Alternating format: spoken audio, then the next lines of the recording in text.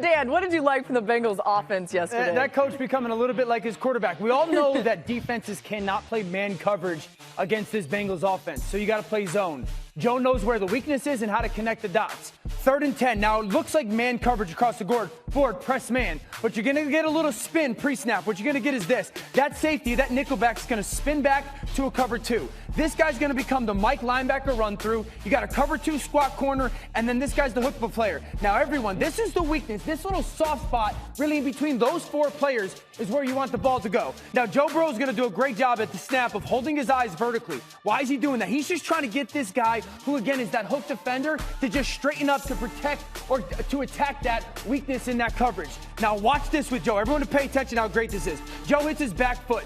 There is no hitch. He puts his back foot in the ground, and he's already making that throw. Now, there's that weakness in the defense that I talked about, right?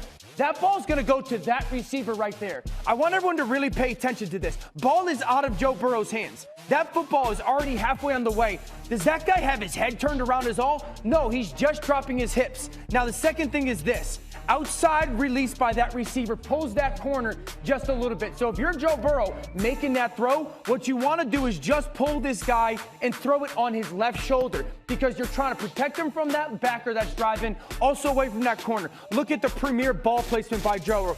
Right there, absolutely perfect in the weakest spot of that coverage, 3rd and 10. Now I'll go to another one. You're saying, okay, we can't just do traditional rush. I want to fire zone him. You're going to pressure with the backer and drop with the defensive end. Mix in. I need you to go meet that guy. Great job. There goes that drop defender in the fire zone. Now Joe wants to take this short in right now, but that nickel is going to drive it. Okay, that's number 1.